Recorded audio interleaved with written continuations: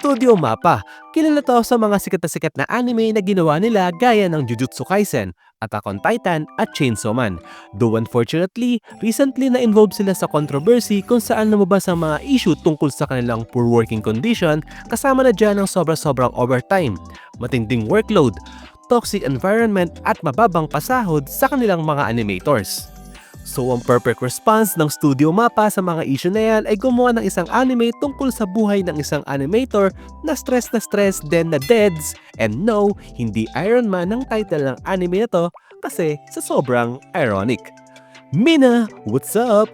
Nowadays, bihirang-bihira na ako manood ng mga isekai anime kasi nasa point na tayo na parang para-parehas na lang silang lahat na may sobrang haba ng title at iniiba lang ng konti yung gimmick. Pero once in a while, may isekai anime na angat sa lahat. Gaya nitong isekai anime na pag-uusapan natin ngayon, ito ang anime na Zenchu. Anime only na produce ng Mappa at part ng seasonal lineup ng Winter 2025.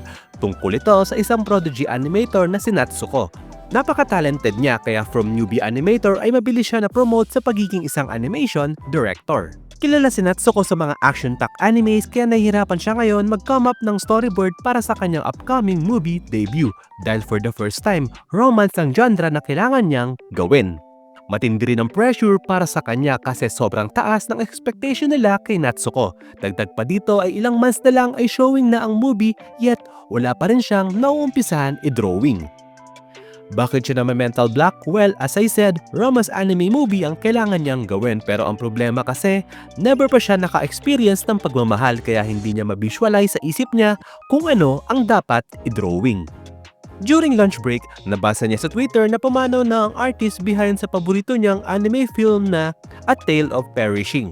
Ayon sa balita, binawian ito ng buhay dahil sa food poisoning. Sobrang tragic pero in a typical anime fashion, habang kumakain si Natsuko ng kanyang tanghalian, hindi niya napansin na panis na pala ang tulyang kinain niya at siya ay na food poison din. Alam niyo na siguro kung ano ang mga susunod na mangyayari.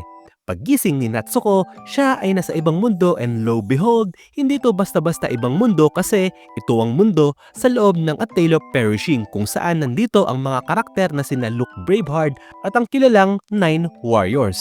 Since modern isekai anime to, meron tong element na overpower ang main character na si Natsuko. Meron siyang peg bar na kaya gumuhit ng mga bagay-bagay na makakatulong sa kanilang pakikipaglaban. Bale, yun yung premise nitong Zenchu pero ang ikinatutuwa ko dito, bukod sa casually ko kayang banggitin yung title na to sa ibang tao, pag tinanong nila ko kung anong currently pinapanood kong anime kasi as you can see, Zenchu lang ang title na to at hindi...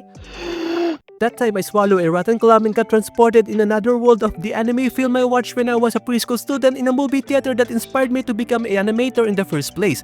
Though that film is so depressing, others don't appreciate it, but me.